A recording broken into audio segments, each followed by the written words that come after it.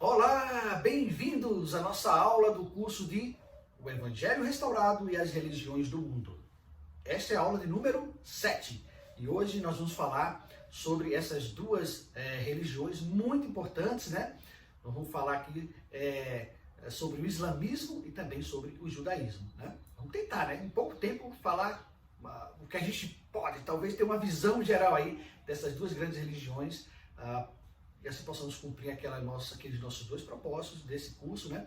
Que é fortalecer o nosso testemunho no Evangelho Restaurado de Cristo, ao vermos, né, as verdades que estão parcialmente espalhadas nas crenças do mundo inteiro e ver que nós temos a verdade completa, né, com a restauração do Evangelho, e também aprendermos sobre o que os nossos irmãos e irmãs do mundo acreditam e respeitar esse direito deles de crença, né? Aumentando aí o nosso respeito, a nossa irmandade para com todos, ok? Vamos lá? Então vamos começar com o islamismo, né? Tá aí essa imagem, só para a gente ter uma introdução. Vamos falar aí um pouquinho sobre essa que é a segunda maior religião do mundo, atrás apenas do cristianismo, né? É muito importante a gente ter uma compreensão do Islã, né? Do islamismo, até porque nos últimos anos, né, nós temos aprendido de fontes, às vezes até fontes errôneas, né? Talvez crie aí uma imagem errada, né? Desvirtuada, né, do que é essa crença, até porque há uma relação, né, entre aqueles que estão cometendo atos terroristas, por exemplo, e o islamismo. E aí a gente fica pensando, poxa, o Islã todo é assim? É isso que eles pregam? Na verdade, vamos ver que não, né? É uma religião até com muitas verdades, com muitas similaridades com as crenças nossas do cristianismo, ok? Vamos lá, vamos começar? Dá uma olhada aí. Essa imagem que você vê aí é uma representação, né, de Maomé, ou Muhammad, que foi o criador do islamismo. A palavra Maomé, ou Muhammad em árabe, significa louvado, né? Nasceu em 570 depois de Cristo, numa cidade chamada Meca, fica na Península Arábica, né? Fica na Península Arábica. E ele era árabe, né? E a gente sabe que naquela região de Meca já era uma cidade muito, muito importante naquela época. Ela era um centro ali de muitas caravanas, né? Era um centro de comércio, né? De caravanas de peregrinação religiosa também, né? Da Península Arábica, né? Ela era um caldeirão religioso, as crenças árabes que já existiam, várias politeístas, crenças em vários deuses, né? Uma mistura ali com a crença de cristãos, dos judeus, né? Judeus que viviam naquela região. Então, assim, era uma misturada, né? Era uma mistureba danada aí de crenças, e era um centro importante, né? Porque naquela cidade havia caído um meteorito, uma pedra negra chamada Kaaba, né? E essa pedra ela foi adorada como algo místico e tal. Então Meca era um caldeirão aí religioso, de muitos deuses, inclusive. O comércio era intenso lá, inclusive o comércio religioso, né? De artigos religiosos, essas coisas todas, né? Bom, Muhammad, ou Maomé, ele ficou cedo órfão, né? Ele ficou órfão cedo, essa é a verdade. Teve uma infância e uma juventude pobre. Ele trabalhou como pastor, né, para amigos e também para familiares. E por essa condição, né, por esse trabalho que ele realizava, ele ia muito ao campo. Então ele era um homem que era ponderado, ele gostava muito de fazer meditação, né, de ponderar as coisas. Era um homem honrado, né? Era conhecido em sua comunidade como um homem tão honrado, tão justo, que quando ele era chamado muitas vezes para julgar alguns casos, né? Quando havia uma desavença entre alguém e tal, chamavam ele para julgar aquela situação. Tão íntegro que ele era visto pela sua comunidade. Ele casou-se aos 25 anos com Khadija, né? Uma viúva rica. Ela era comerciante, ela conhecia essa fama dele de homem justo, honesto, íntegro, né? Ela então casa com ele. Eles têm 4 filhas e 2 filhos. E ele se envolve, ele começa então a cuidar dos negócios, né, do comércio, juntamente com a sua esposa. Bom, ele já desde cedo retirava-se para meditar e orar, como já falei. E, bom, aos 40 anos de idade, segundo a tradição islâmica, aí, ele tem uma experiência que é chamada de a Noite do Destino. Segundo conta, ele estava nesse processo de meditação, quando recebeu ele recebeu a visita do anjo Gabriel. E o anjo Gabriel trazia uma mensagem de Alá. Alá é Deus, né? Para ele, esse Deus, o Deus Supremo, né? O poder supremo é Alá. E o anjo Gabriel trazia uma mensagem para que ele, Maomé, fosse um profeta e transmitisse para as pessoas essa mensagem de Alá. Os seus ensinamentos, eles são rejeitados em Meca, então quando começa a pregar essa mensagem, alguns acreditam, né? Muitos da sua família, amigos, começam a acreditar, mas em geral a sua mensagem ela é rejeitada. Por que é rejeitada? Né? Lá em Meca, como eu já disse, né? Era uma cidade que era um centro de peregrinação religiosa e tal. Então a pregação de Maomé era contra a idolatria, contra o politeísmo, contra o infanticídio feminino e muitas outras corrupções. Então, não foi muito aceito, né? Imagina os comerciantes dizendo assim, que é isso? Né? Se acreditar nisso aí, acaba aqui o nosso comércio. Então, a pressão foi muito grande, na verdade, a perseguição. E eles tiveram que se mudar, sair lá da cidade de Meca. Essa mudança, essa migração do grupo, ele e seus seguidores, para a cidade de Medina, é chamada de Hégira. A Hégira é esse momento em que eles se mudam para Medina, e aí é esse evento que dá início ao calendário muçulmano, ok? Muito bem, anos depois, né, lá em Medina, na verdade a cidade se chamava Yatrib, né, depois se chama Medina, porque Medina significa a cidade do profeta. Lá ele é aceito, na verdade a comunidade, a sociedade de Medina recebe muito bem esses ensinamentos e ele prolifera, ele cresce, inclusive entre as altas camadas da sociedade, né? Então o islamismo cria raiz ali muito forte em Medina. Mas anos depois, Maomé retorna para Meca, e Meca é considerada o centro espiritual do islamismo, a cidade sagrada, né? De Meca. São 3 cidades, na verdade, Meca, Medina e também Jerusalém, porque era o local em que Muhammad, né, o Maomé, teve uma visão que ele foi levado até Jerusalém, de lá ele é elevado aos céus, e essa experiência marca como Jerusalém como uma cidade santa, sagrada para eles, né? E então ele morre aos 62 anos de uma febre fulminante, né? Ele morre, na verdade, ele faz um último discurso, não é nem em Meca, mas lá em Medina que ele faz um último discurso, é um discurso interessante, né? Ele fala sobre muito das crenças, pede perdão se ele magoou alguém, mas que ele sempre foi reto, enfim, é o seu último discurso e ele morre. E daí então, a crença no islamismo, ele cresce, ela se espalha por toda a Península Arábica, né, entre os povos árabes, e ela cresce, chegando até os nossos dias como a segunda maior religião no mundo, né? Bom, desse crescimento tiveram muitas influências, mas também muitas vertentes. Nós vamos ver que hoje no mundo, né, existem 2 grandes grupos que a gente conhece, a gente ouve falar muito, né, os sunitas e os xiitas, né? Os sunitas é o maior grupo, tem 90% dos muçulmanos do mundo são sunitas, e eles são o grupo mais tranquilo, né? Eles não são radicais como os xiitas. Os xiitas, que é um grupo menor, esses são radicais. Eles pregam ali uma interpretação muito dura, muito literal da Sharia, né? Que é a lei que está no Alcorão. E eles, então, inclusive esses movimentos aí terroristas, eles se baseiam nesses ensinamentos, mas veja, não é a maior parte, não é a parte mais aceita, né? Entre os muçulmanos, eles pregam muito o amor, o respeito, como o cristianismo, né?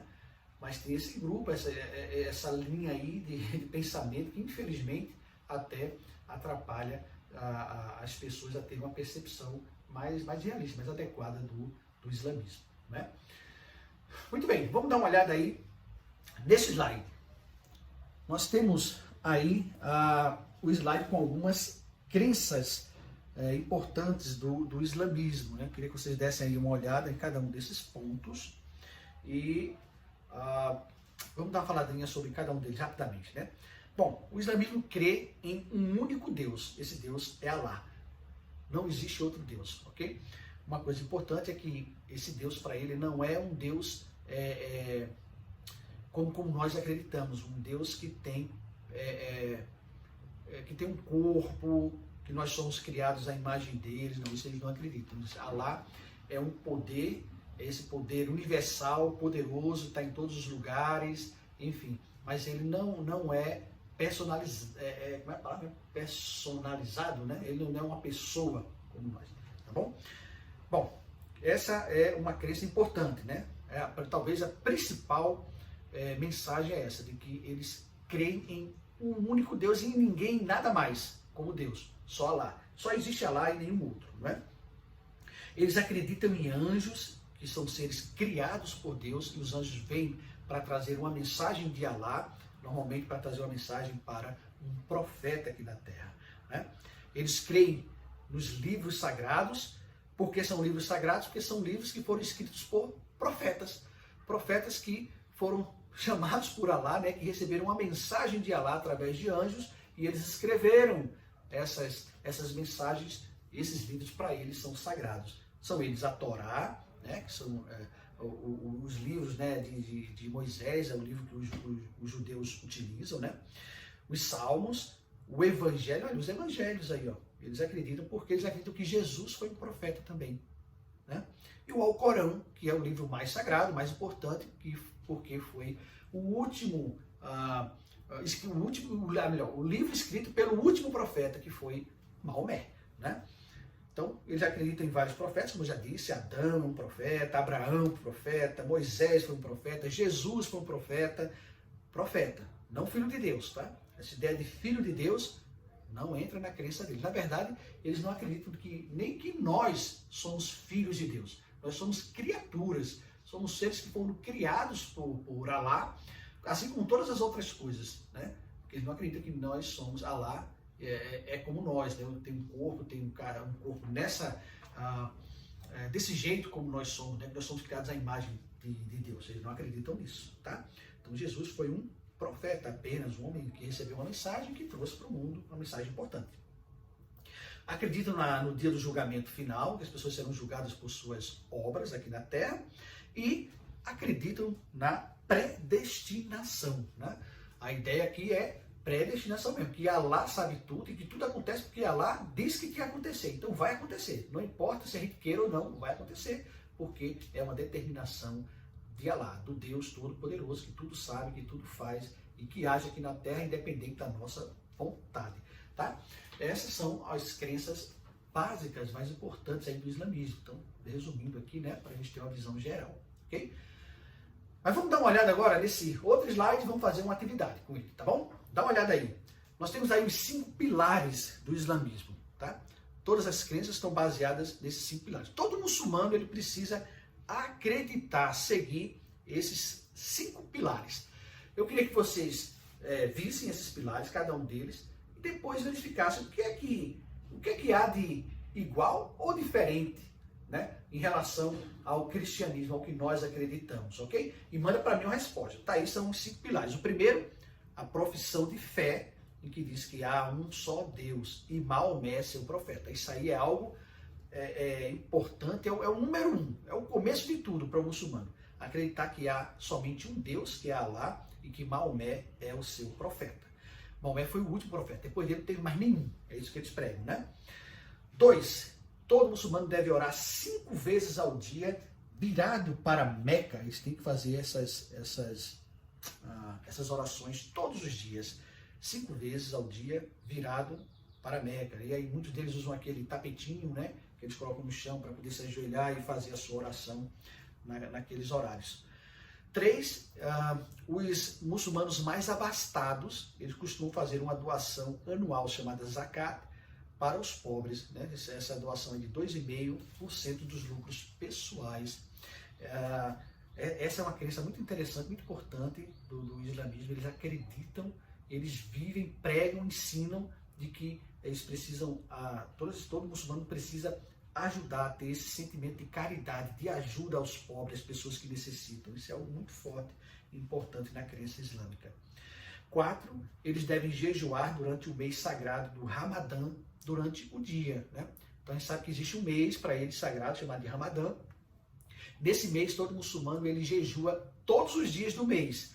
E como é que é esse jejum? Se abster, né, de alimentar-se durante o dia, ou seja, do nascer do sol ao pôr do sol, todos os dias.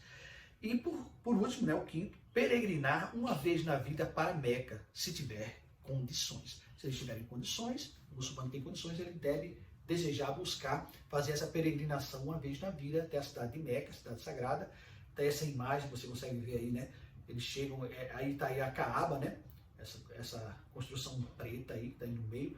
E a tradição, né? O ritual é que eles dão 7 voltas ao redor da Kaaba. Ok? Então todo muçulmano deve migrar ou ir até Meca, visitar Meca pelo menos uma vez na sua vida, se tiver condições. Okay? Então dá uma olhada nisso aí, manda uma mensagem para mim dizendo o que é que você encontrou, né, de similitude, né, de aquilo que é igual e aquilo que não é. Né? Faz uma comparação desses 5 pilares com a nossa crença, a crença cristã da Igreja de Jesus Cristo dos Santos Últimos Dias. Aguardo a tua resposta. Muito bem, obrigado por sua resposta. Vamos agora dar uma olhada no judaísmo. Olha aí o slide, né? Vamos falar sobre o judaísmo. Vai ser uma tarefa aparentemente fácil, mas não é. Né? Para nós estamos acostumados a estudar, né, um pouco do judaísmo, até porque a história do judaísmo, desde de Adão, né, até o final do Velho Testamento, ali é conhecida nossa, né? A gente tem o Velho Testamento, mas o que vai daí para frente, né, o que faz a crença judaica hoje, né, tem tudo a ver com o que acontece no decorrer pós-Velho Testamento, e aí para nós às vezes talvez não seja tão fácil compreender. Vamos dar uma olhada em algumas características importantes do judaísmo. Né? Vamos começar com esse slide aí, dar uma olhadinha.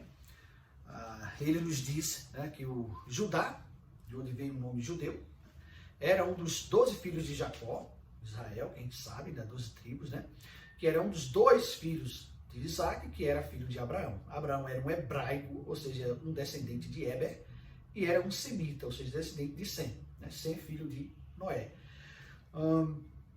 O professor Rasmussen, de Escrituras Antigas da BYU, né? Da BYU, ele faz esse comentário muito interessante. Ele diz, obviamente, os judeus não são genealogicamente os únicos descendentes de Israel, claro, nem os únicos descendentes de Abraão, nem os únicos hebreus, nem os únicos semitas. Eles são, no entanto, as pessoas mais comumente associadas a esses nomes bíblicos entre os povos do mundo de hoje. É verdade, né? É verdade. A gente às vezes fala assim, o povo judeu, o povo hebraico, né? Eles são semitas, a perseguição contra os semitas, aí se refere ao povo judeu, mas genealogicamente pensando, né? Eles não são os únicos povos semitas, né? Descendentes de Sem foram vários povos que surgiram dali. Eles são os únicos descendentes de Eber, né? Eles não são os únicos hebreus, muito menos os únicos descendentes de Abraão. A gente sabe, por exemplo, que de Ismael descenderam todas as nações árabes, né? Filhos de Abraão, todas as nações árabes, inclusive que a gente acabou de estudar aqui sobre o islamismo, né? Os árabes, a grande parte dos muçulmanos são árabes, são descendentes de Abraão, são também hebreus, né, que são descendentes de Eber, são semitas também, que são descendentes de Sem, né? Mas para nós hoje em dia, quando a gente fala sobre os semitas, ou os hebreus, os judeus estão falando do mesmo grupo, né? do mesmo povo, ok?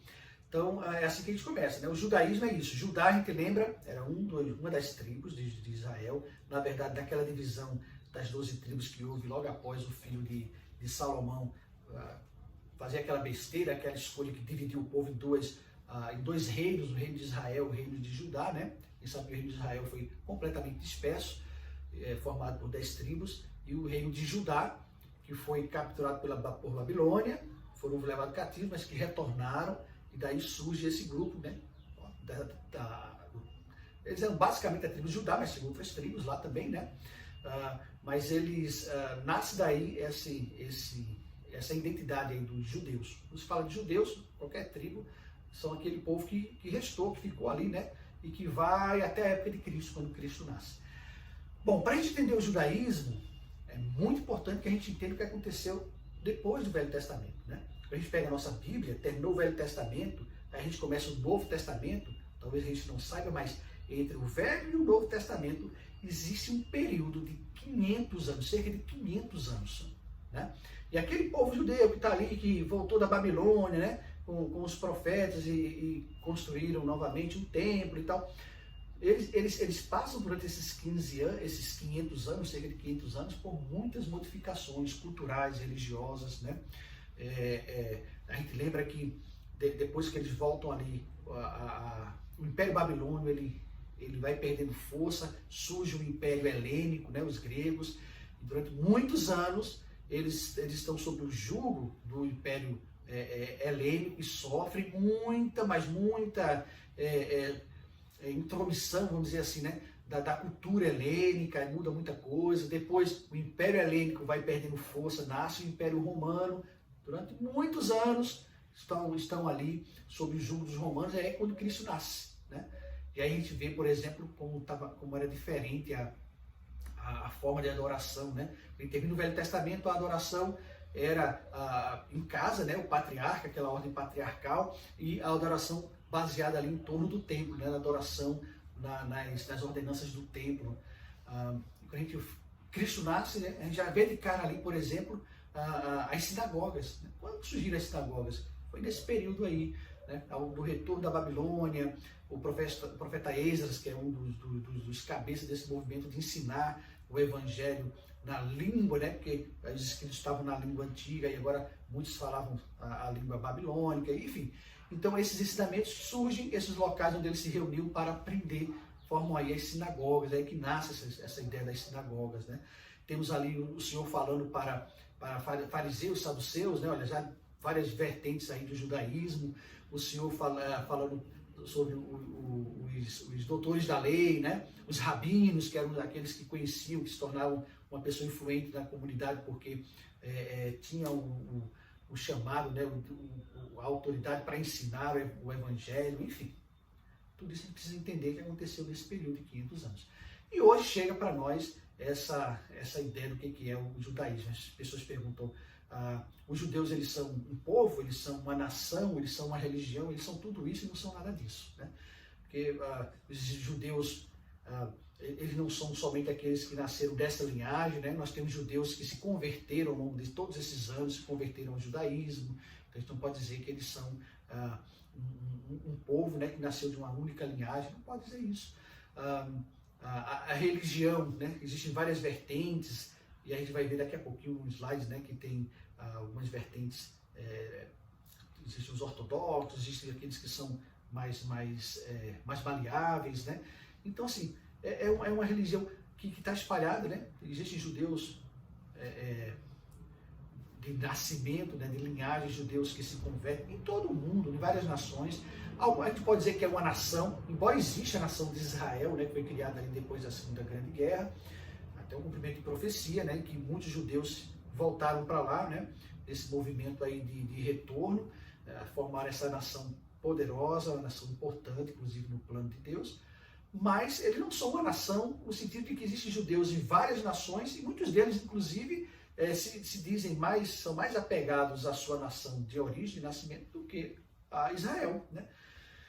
Mas, enfim, essa é uma visão geral assim, da história, e a gente conhece até com mais detalhes o que a gente aprende na igreja. Vamos dar uma olhada nesse slide agora? Tá aí o que eu acabei de dizer para vocês, né? Os judeus podem ser divididos em 3 grupos. O judaísmo ortodoxo, são aqueles normalmente com barbas longas, aquela roupa preta, né? Enfim, eles são os ortodoxos, eles vivem a lei ali de forma muito literal. Nós temos os conservadores e o judaísmo reformistas, né? Os conservadores e reformistas são mais liberais, né, com o judaísmo conservador geralmente promovendo uma interpretação mais tradicional de requisitos do judaísmo do que o judaísmo reformista. Os reformistas, né, a posição deles típica é de que a lei judaica deve ser vista como um conjunto de diretrizes gerais e não como um conjunto de restrições e obrigações, né, cujo respeito deve ser exigido dos judeus, né? Então, os reformistas são aqueles mais liberais. Bom, as leis, elas são uma orientação, não é aquela obrigatoriedade, né? Nós temos, para ficar mais fácil da gente entender na nossa nossa realidade, né? É mais ou menos como as pessoas que a gente conhece aqui no Brasil, que é um país naturalmente católico, né? Desde o início. Então, a gente conhece pessoas, às vezes, que dizem assim, qual é a tua religião? Eu sou católico. E, na verdade, não é nada de católico, né? Nunca vai na igreja, não vive os preceitos da igreja católica, mas se dizem católico. Por quê? Nasceram naquela cultura, acho que tem até algumas coisas que aprende, que vive, até uma certa religiosidade, né? De fazer alguns sinais, algumas coisas, enfim, mas não vivem. É aquela coisa mais branda. É assim que são os reformistas, tá bom? Mais ou menos assim, né? E, enfim, para nós concluirmos nossa lição sobre o judaísmo, vamos dar uma olhada nesse slide. Esse slide mostra aí os 13 princípios de fé. É interessante, né? Olha que semelhança aí com as 13 regras de fé que a gente tem. Bom, mas aqui são princípios que isso foi escrito por Maimônides, que era uma autoridade, né, no judaísmo do século XII.